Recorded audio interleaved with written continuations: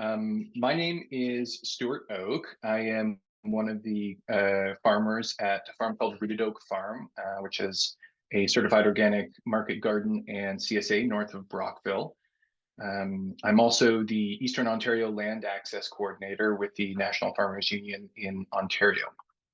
I want to thank everybody for joining us in our session today titled Accessing Land in Eastern Ontario, Stories from the Field, where we've asked a few farmers that are in the broader Eastern Ontario landscape to join us and who've all in the recent past been able to access land in different ways and different routes. And our goal today in this webinar is to be able to showcase their stories and have them walk you through the parts of their journey that they think is most interesting and most instructive.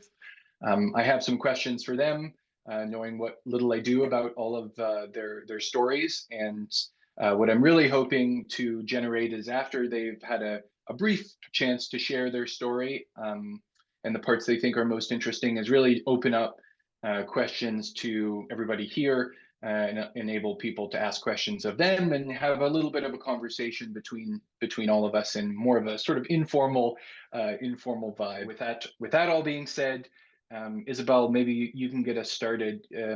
Yeah, not too much pressure, but maybe you can walk us through some of your history. I know you started with some rental and more recently were able to purchase land. So maybe you can give us the highlights.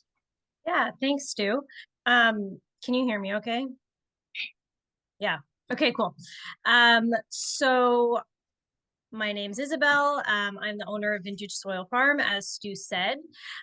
We are going into our 4th year as a business, and our farm started kind of in the summer and fall of 2020 when we were looking for land. We kind of we're south of Ottawa, and through word of mouth we got connected with a landowner in the Cornwall area as our first land opportunity, and we were really excited about it. It seemed like a really good fit for us. It was the right price. It was kind of in the area that we were looking to farm. And we could also live on site, which was a huge bonus for us. And we kind of just went about things kind of on a handshake agreement. Like, we didn't get anything firm in writing. The landowner was a bit more of a, go with the flow type of person. And I was trying to be that type of person to make this land opportunity work, which ultimately was not the correct opportunity for me. But we connected in July, planted my garlic there. We moved some of our equipment there, the shell of our greenhouse and things like that. And kind of as we kept talking and as we got farther or closer towards us moving to the property, it became pretty evident that maybe our personalities were not well matched to be working alongside each other, especially in this situation where the landowner was going to be living on site with us. They just wanted to have a lot more involvement in the farm than I was comfortable with. And they really didn't want to have a firm lease, which is something that I realized is something that would make me feel more comfortable. So we decided that December to kind of walk away from the garlic and just walk away from that land opportunity, and cut our losses. So then again, through word of mouth, we got connected to another landowner. This one was in the Kemptville area. And we kind of started talking in December of 2020, and we went back and forth with a lease that I drafted from the Young Agrarians lease template that they have online. Just kind of making sure that we were both comfortable with everything that was written in it. And we signed it in February, and then we started farming that property that spring. And we stayed there for 3 years. We updated our lease every year. And it was a pretty good situation for us. The con with that property is we couldn't live on site. So we did have to rent an apartment somewhere else and commute to the farm. But all of the other pros really outweighed that small con in terms of land rental. And then this past year, in the fall, we ended up buying the property that we're on now. So we transitioned away from our rented land in Kemptville to the property that we're on right now, right in between Kingston and Ottawa. So I think my biggest takeaways from my journey in land access is it's really important to trust your gut when it comes to who you're going to be partnering with, whether it is like a traditional lease agreement with a landowner, whether you're going to be on site or not. Like, you just need to feel really comfortable with what you are signing up for, and really think about the ways that relationship can impact your business, because it's not just the land that you're dealing with, it's another human that you're dealing with, and that could add a lot of stress into an already stressful situation of starting a farm. Yeah. Maybe I can ask you a couple questions, Isabelle. Sorry, I didn't want to cut you off. Was that the end of a thought? Yeah. Yeah. Okay. Some logistical question here. How did you go about? You said you through word of mouth. You found both of these rental situations. How did you go about putting the word out that you were looking? And do you have any thoughts there? Yeah, I think my situation is kind of random.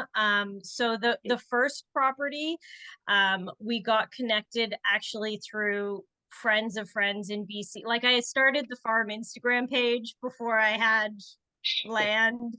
And so like everyone in my farming network that I had amassed over the past 8 years or whatever of me farming kind of had the feelers out for me. So through farming friends in BC, I ended up getting connected to land here in Ontario for that first option. And then the second rental connection was just through like a friend in the area. So it both a little bit random. Okay. And you mentioned wanting to have a lease agreement, and you mentioned like trusting your gut being important. Do you have any other thoughts about especially in that first circumstance, which was just kind of like a loss? What would you have done differently? Like, if you could, do like, hindsight 2020 kind of thing, what would you have done differently that you think would have got a better situation for you? And then, even if it was like, I would never have gone there in the first place. Do you have any thoughts now looking back? Yeah, 100%. I think I would have sooner pushed for a lease. Like, I think I got wrapped up in the whole like, wow, we found land. This is crazy. We're gonna do it.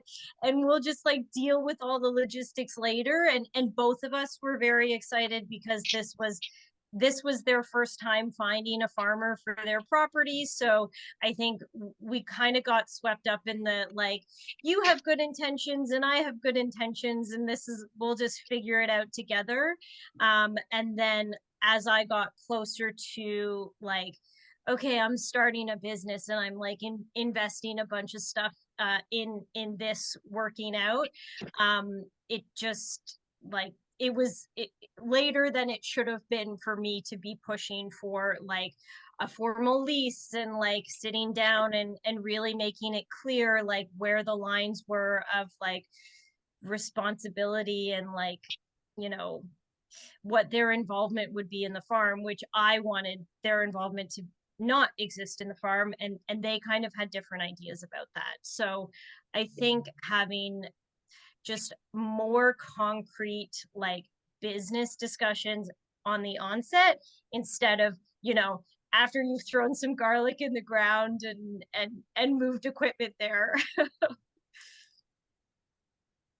And the final question I have, and I see that question in the chat, and I'm just going to save them all up in a document, and we can work through them at the end. The final question I had for you is you just purchased land.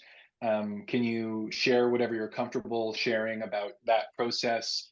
How like the length of time it took, the hurdles you went through, how you made it work. Whatever you're willing to share from that process, I think people would be interested to know. For sure. So we had never intended on renting land. When my partner and I moved to this area, it was like with the intention of buying, and then it just kind of um, it overlapped with the whole like surge in real estate prices with COVID. So that is why we started renting. And the entire time we were renting, we were actively looking to buy. So it was for us like a 3.5 year journey to like land ownership. And it was incredibly grueling. Definitely not my favorite time. I'm happy to answer specific questions about it if people have specific questions. I could probably like go on and on about it. So I'm an open book. So feel free if people have specific questions about it. I'll go for that. Okay, sounds good. Maybe we'll circle back around and get into the nitty gritty at the end, and then we'll leave my question my questions at that. Sounds good. Thanks, Iz. So next up, we've got Chao joining us. Chao, maybe I'll turn it over to you to talk a little bit about Spring Pasture Farm. Hi, yes, thank you, Stuart. My name is Chao. I'm the owner of Spring Pasture Farm. We have a sheep farm in Sterling, just north of Belleville, Eastern Ontario. I never actually planned to be a farmer until I visited a hobby farm in Clarington. And it was a hobby farm. The owner has a few sheep. He has a catering service. We went there for weekend gathering, meet up.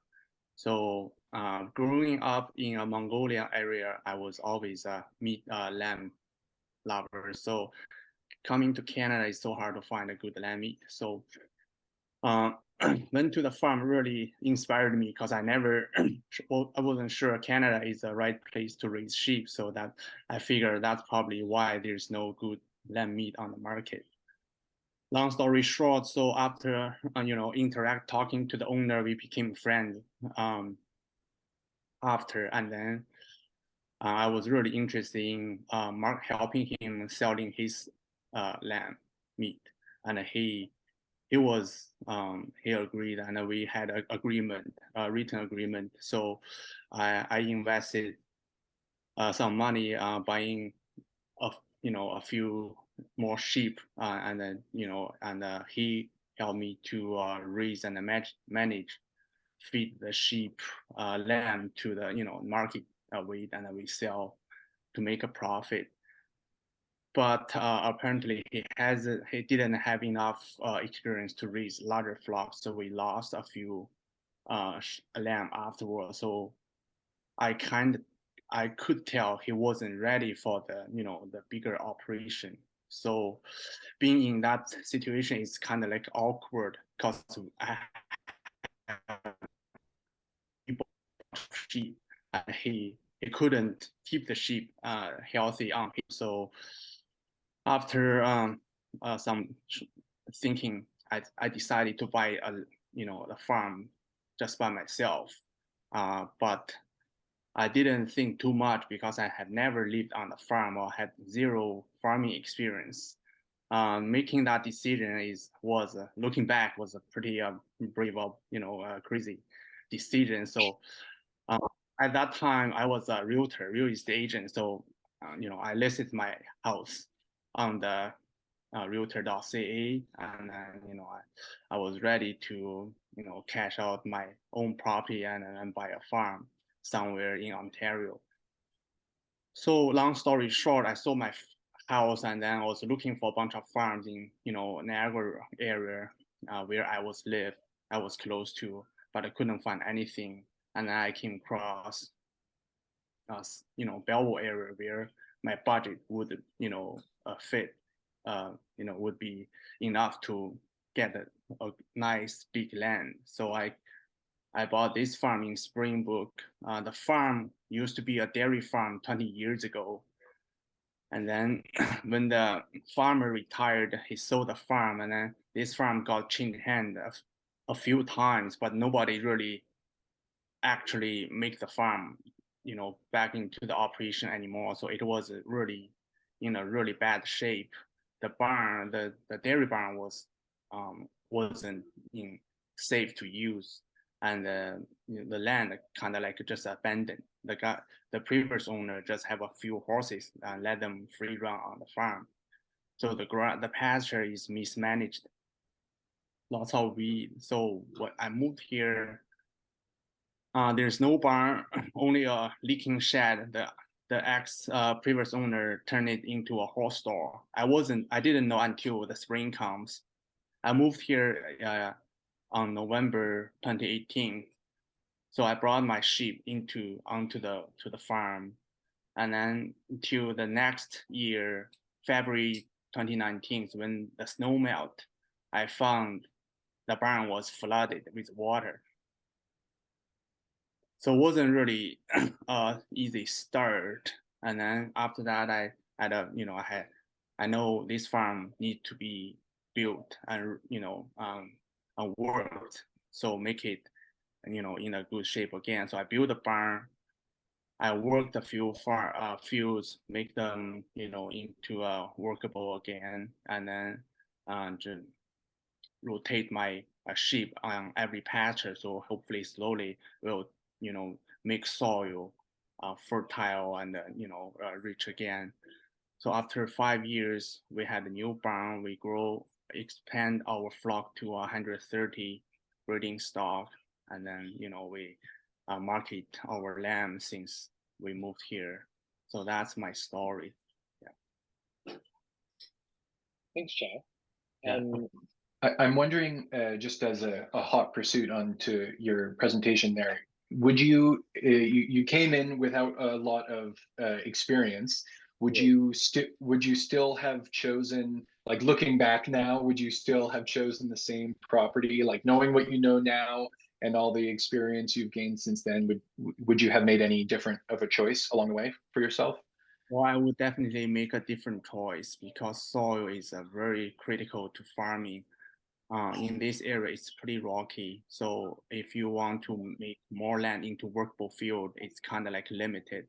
My option is limited. So I have to stick part of my land has to be permanent pasture, or I have to spend quite a bit of money to clear the stones or crush the stones and make it work again. And plus, some area is just on the Canadian shale, so the depth of the soil is only a few inches deep. So it's really limit my future option to run my farm. There's definitely many spots in Eastern Ontario that are in that exact same situation. So I feel for you. And so I just wanted to make sure that I understood correctly. So you had a house before you bought the farm, and you were able to leverage the sale of that house to make the down payment or to pay for a good proportion of the farm that you bought. That's the benefit of owning a property before you buying the land. But I mean, if you start from zero, trying to buy something cheap, when I start to buy my first property, it was really cheap, only about $60,000 a property in Windsor. Back to 2014, Windsor was in recession, so I managed to put my savings as a down payment and then start to build my asset. So for people who has not enough savings to start a big farm, I suggest to start something small and then work your cash flow, work on your asset expansion, and slowly to expand your farm or your land at possession. And yeah. Great, thanks for that. Yeah, It's kind of hard to believe that in 2014 you could buy anything for any property for $60,000. Doesn't feel Yeah. like the moment that we're in right now, but Right. yeah, Yeah, it's good it's to know. hard now. okay. Well, thanks, Chao. Maybe I'll save the rest of my questions until the end as well. And we'll move on to our third panelist here, cruising along here. Josh, you want to walk us through? You've got sort of an interesting story. When I asked you to come, you've sort of experienced this from a bunch of different angles here, and I was keen to hear your thoughts here. So turn it over to you. Yeah, you bet. So yeah, my name is Josh Suppan. I run Fat Chance Farmstead. It's a vegetable CSA, you pick strawberry, and a grain to flour farm. So I'm just north of Kingston in Harrowsmith, and I cultivate about 35 acres, and that is potentially expanding just a little bit with the grain operation. Yeah, I've been farming most of my life. I started farming in Niagara and then made my way out west and was in the Okanagan and then Vancouver Island and the Gulf Islands there. In 2011, I moved to Kingston. Pretty much as soon as I moved here, I started working on dairy farms and other vegetable farms in the area, and then continued to work on those farms for quite a few years once I started my own farm. So yeah, as I said, I moved to Kingston in 2011, and the search for land started shortly after that. That was land to rent, not land to buy, knowing that my partner at the time and we wouldn't have been able to buy land. And so we were doing everything we could. We were knocking on doors, literally reaching out to the small farming community network that I'd already cultivated, which was proving mostly unsuccessful. A couple of really memorable failed attempts. I spoke to one prospective owner, and their suggestion to us was to just go and get a job at the new Farm Boy grocery store that was opening up in Kingston. They obviously didn't really understand what we were trying to do. Another landowner who was a farmer just looked at me and straight up said no, but ask me again next year. I'm gonna say no again, but come and ask me again next year. So maybe they were lonely, or maybe they might change their mind. I don't know. The biggest thing I found was not having any experience seemed to be the biggest deterrent for finding land to rent for me. I felt I had lots of experience, having farmed on and off since the age of 13, and I was already in my mid-20s at that point, I think, but it wasn't enough. But throughout that, by knocking on all the doors and just connecting with everyone all the time, in the late summer of 2012, some friends reached out to an uncle of theirs who had land but wasn't interested in renting to us. However, they had mentioned it to their neighbors, who were then connected with us, and so drafted a very simple land use agreement, and kind of went from there. However, the land was half underwater in August, which made growing there pretty difficult, and also made sense for maybe why they were willing to rent to some unknown farmers. I spent 2.5 years growing there, and however, once I had some experience and bigger connection in the community, it was a bit easier to find land to rent in the area. I began renting from some dairy farmers who I worked for. I was milking for them at the time, and they were very helpful, lending equipment, water when the weather permitted, along with some land to grow. However, it was a very small space. It was only 1 acre, so it was very limiting in what I could do. They also made it clear that they were just helping me out. They weren't really in the business of renting land to people. Like, they were more in the business of renting land from people for themselves. So there was only so much, so long I could stay there. So I couldn't get a bigger land base from them. I do recall speaking to, at least, this is to backtrack a little bit, at least 2 farmers in the community about looking for land several years later, and both of them said that I should have asked them, and I had asked them, and they both said no to me at the time, and they obviously had forgotten about that. I didn't bring any of that up with them, of course, because that wouldn't have that wouldn't have gotten me anywhere. But yeah, renting land is almost as limiting or prohibitive as buying land is for new and young farmers. At least that's what I found. I mean, I'm not in the land renting. Well, I am. I do rent land now for growing grain, but that actually is much easier because I'm experienced. But if you're a new farmer finding rented land, that's quite difficult. So in 2014, the serious goal became to buy land. Farm had bunch of bidding war, overinflated values, no conditions. And most of my competition were primarily professionals who had two good incomes in the city, and they just wanted to buy, buy a nice romantic piece of farmland. And so typically they would have more resources than I would. So we were outbid on 10 farms over 3 years. And these were the only 10 farms that went up for sale in those 3 years that were in the range of what we were looking for. So in response to that, I drafted a letter sharing who I was and what I was looking for, and I sent it through what's called unaddressed ad mail through Canada Post to all of the addresses that were listed as farms in the area. And it was a couple hundred in the area that we were looking, which wasn't too far from Kingston. If you were a broader area, you could hit a lot more, I think. From that, I received a couple callbacks and had one visit, and unfortunately nothing came of it, but it was still an interesting idea for sure. In late 2016, the piece of land that I'm on now was made aware to us before it was listed by the owner's cousin, who was a friend. The owners were 4 siblings of a recently deceased father who they didn't all agree on what the property was worth, some thinking it was in the millions. So a year after first hearing about it, they finally were able to list it because they could agree on a price. Within that time, we'd gotten all of our ducks in a row to be able to place an offer with no conditions immediately as soon as it was listed. And that's what we did. The offer was accepted. However, the seller then tried to back out because they realized they might have been able to get more. Luckily, they couldn't. So we closed on it and then proceeded to build a house, plow the fields, build infrastructure and farm buildings. Which luckily I had all the skills and resources to do that. I'm very privileged, both as just a white male in general entering the farming world, but my partner at the time and we had a decent down payment, and she had a decent job, so that helped with qualifying for an okay mortgage.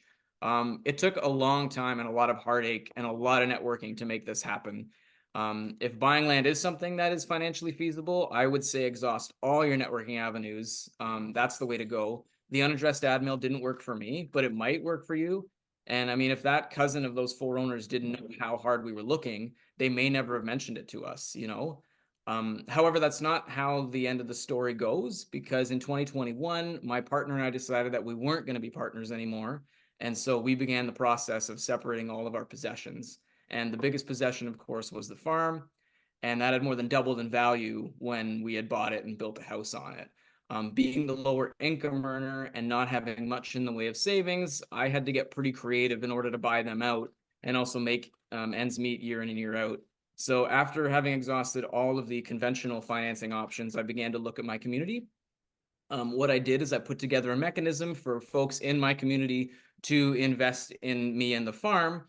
Now, these investments essentially, contributions, investments, whatever you want to call them, allowed me to cover the gap that the conventional system wasn't willing to fill, to basically make this work out and give me that stepping stone. I also then needed to make some changes to the farm operation to increase my net income, and I also now work as a carpenter in the winter months. I'm in my 2nd year with this new arrangement, and so far it's going quite well. I'm happy to go into some of the aspects of these in a moment, but what I really do want to stress is that I'm not a financial advisor. I'm not a financial expert or anything like that. And as well, what I did, in my experience, you need to begin with a lot for this even to work for you. And the things that I had going for me is that I was established, very experienced. I have a very large network. And also a valuable farm property already, kind of similar to what Chao was talking about. And these all provide security, whether tangible or emotional, right? And because of this model isn't accessible to everyone, but is still interesting and could be helpful to some. And the other thing I want to say is if you're going to approach your community with anything like this, you need to be extremely thoughtful about how you go about doing that. Now is a good time to end our discussion. I want to give a huge thank you to all the 3 farmers that jumped on the call and shared their journey with us today and answered my questions and the chat's questions. Yeah, hopefully this was an instructive conversation or an inspirational one, or any of the following. To those listening, don't forget that survey link, which is still in the chat for those people that want to take the time to fill it out. And otherwise, if people want to follow up with me personally about anything, I'm working on these issues in Eastern Ontario, and my email is stuart@nfuontario.ca. Yeah, that's about it. So with that, I'll thank our speakers one more time and pull the plug on our conversation for today. Thank you, everybody.